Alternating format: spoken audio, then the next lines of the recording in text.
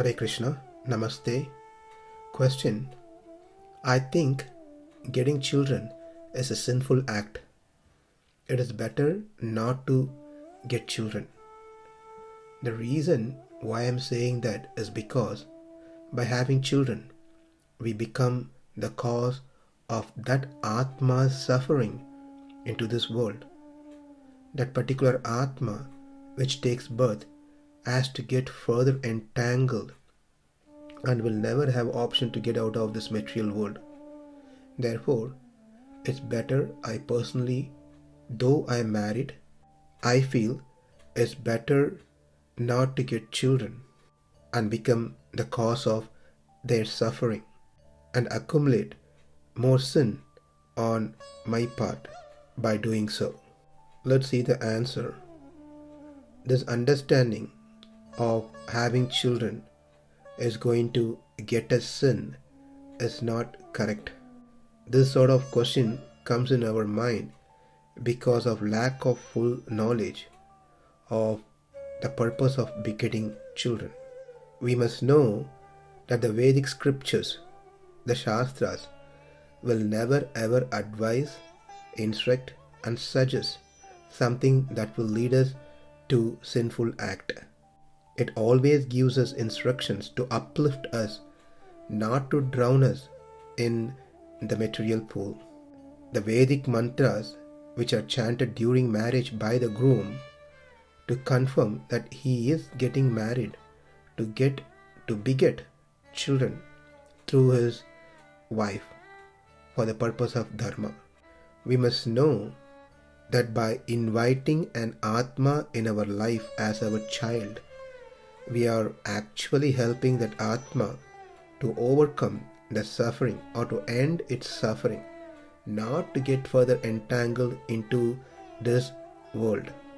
Of course, generally a couple want their children for their pleasure and to hand over their wealth, properties, etc. But beyond those material reasons, having child is to help that Atma to attain the lotus feet of the Lord. If one says that getting children is a sinful act because we are inviting problems to that Atma by giving birth to it, otherwise it would have been happy without taking birth, is not a true statement. If giving birth to a child is faulty, it's a sinful act, then what about the Lord's creation? The Lord created this universe and populated this universe with so many living entities through Brahma, the secondary creator. Well, one may say that's where the problem is. If the Lord has not created this universe, if He had not created us, we wouldn't have suffered in this world taking birth. Well, we wouldn't have suffered, but we wouldn't have got liberated as well. Just because we are not taking birth doesn't mean we are in a happy state. Doesn't mean we are liberated.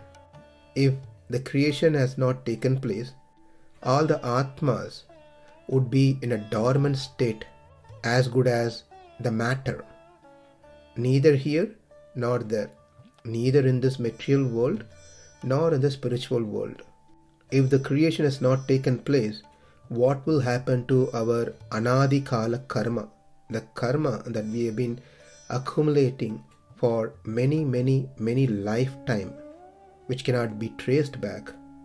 How are we going to drain them if we don't take birth? We have to take birth to reduce our Anadi Kala karma. Whether it is a good karma or bad karma, it has to be reduced, drained.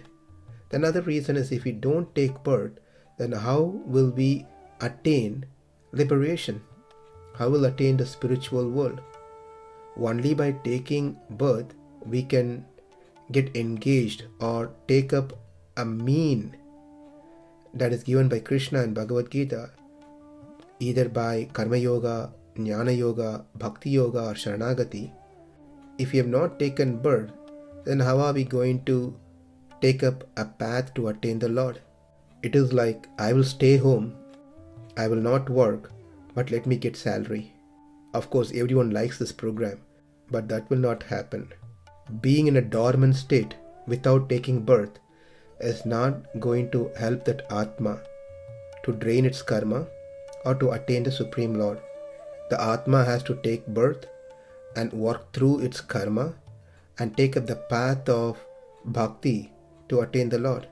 For these reasons, the Lord creates this universe, gives the Atmas the utmost opportunity to take up the process of bhakti, to drain its karma. Therefore, there is no fault in the creation of the Lord. It is us who must take full advantage of our birth to perform bhakti unto the Supreme Lord. Now, applying the same principle in Grahastha life, begetting a children are for the same purpose. Number 1, to perform dharma and one's karma, to drain one's accumulated anadikala karma, and to adapt a mean to attain liberation, either karma yoga, jnana yoga, bhakti yoga, or sharanagati. Therefore, one must know the real purpose of having children is something higher, not just for having pleasure, not just for handovering one's wealth, not for one prestige. Those are not wrong, but those are not ultimately the reasons. Those could be secondary reasons, but the primary reason is to assist that Atma to march towards Paramatma, so that that Atma can be successful in this life. But one may raise a question, well, that is not what we see happening among the children. For that matter, even with God's creation, they seem to be not interested in dharma, performing karma. Rather seems they are accumulating more karma and not taking up any means to attain the Lord. There is no interest in performing karma yoga, jnana yoga, bhakti yoga. No one seems to be surrendered to the Lord. Then why even bother having children? Well, the intention for creation, either in a big scale, that is by the Lord who creates this universe and creates all the living entities, or in a smaller scale, like the family members who creates or becomes a cause of creation of their children, is for good reason. But if the outcome is not favorable, then that doesn't mean the purpose and the intention is bad. That needs to be stopped.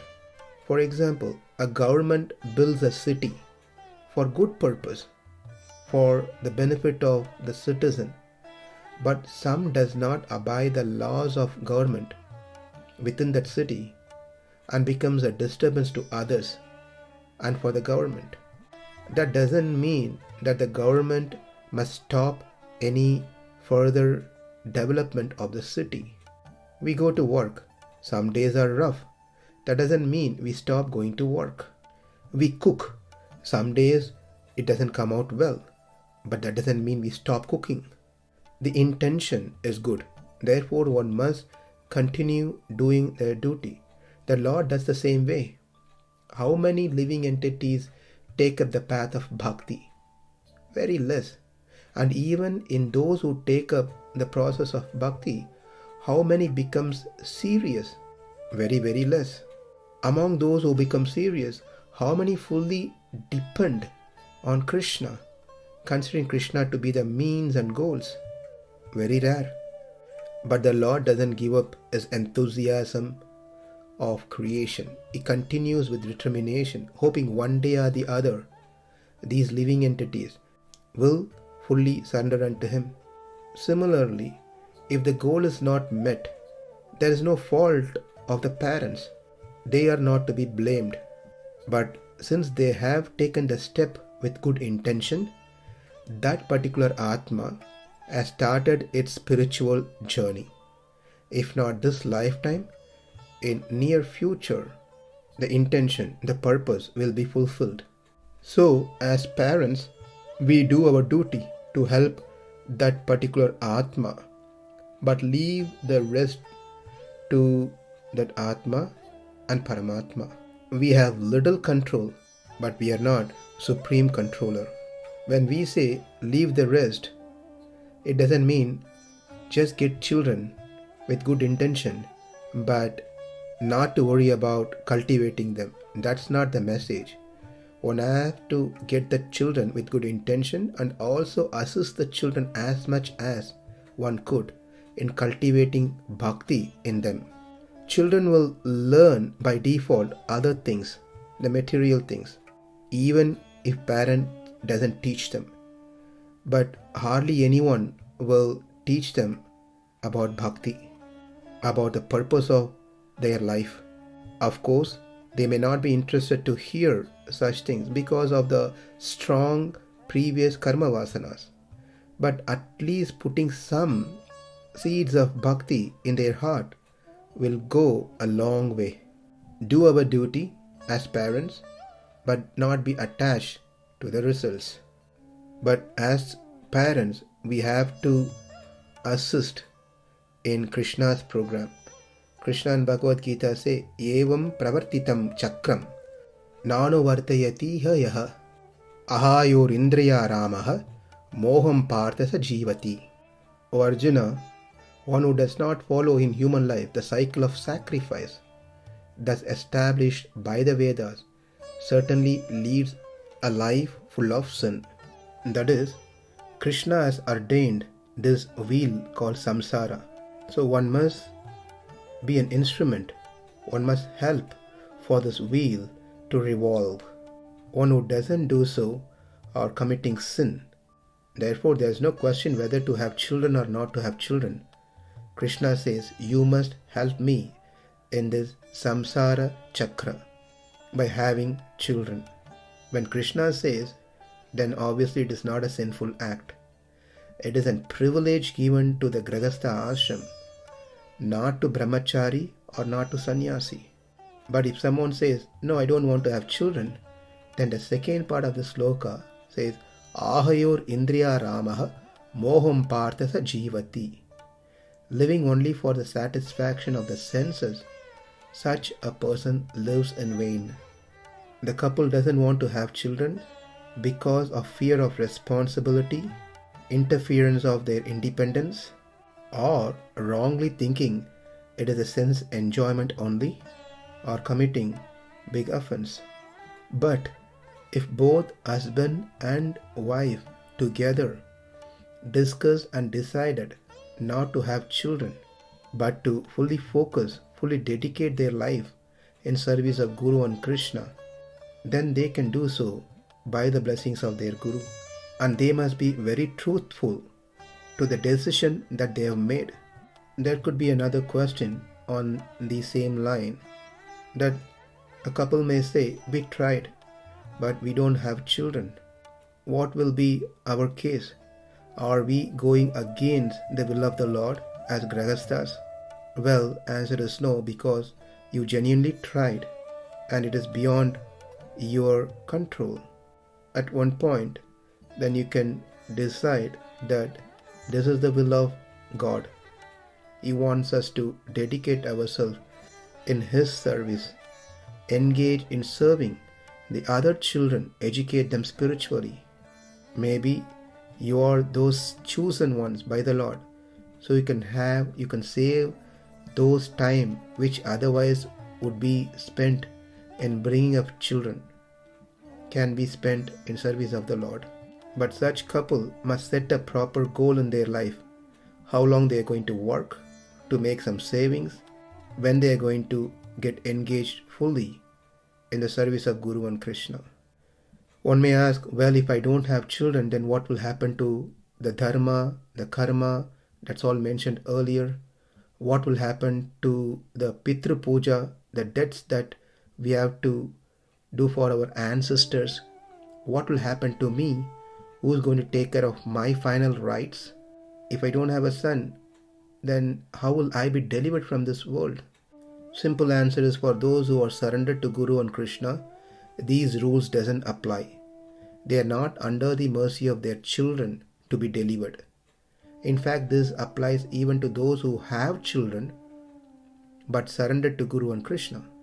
And this is the same answer as well for those who doesn't have son but only daughter. That doesn't mean the children now should wash off their hand and not do the necessary rituals for the parents and ancestors. It is true that parents who are surrendered to Guru and Krishna are not under the condition of children's performance of rituals. But if the children fails to do so, even for those parents who are surrendered, then they surely incur sins for not doing their duty as children. Because the Shastra has clearly stated the duties of son. If the son doesn't do his duty to his parents and ancestors, then he is committing a sin. So let's be very clear when we say the surrendered parents are not under the mercy of their children to be liberated. The parents are not, but the children, for their own benefit, for their liberation, they must perform the Shraddha and necessary rituals for their parents, for their ancestors. Even if the children are surrendered, because otherwise the instructions given in the Vedas will be of no use. Therefore, it is important the children does their duty to their parents. The final argument would be, well, I am a devotee. Therefore, I am not indebted to ancestors.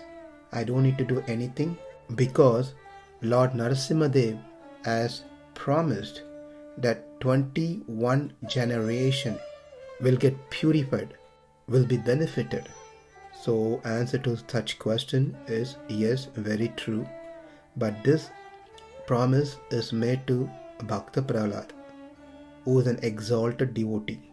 In fact, the following sloka in Srimad Bhagavatam, Lord Narasimhadev says, Yatra yatra cha mat bhaktaha prashantaha samadarshinaha sadavaha samudacharaha te poyantyapi kikataha.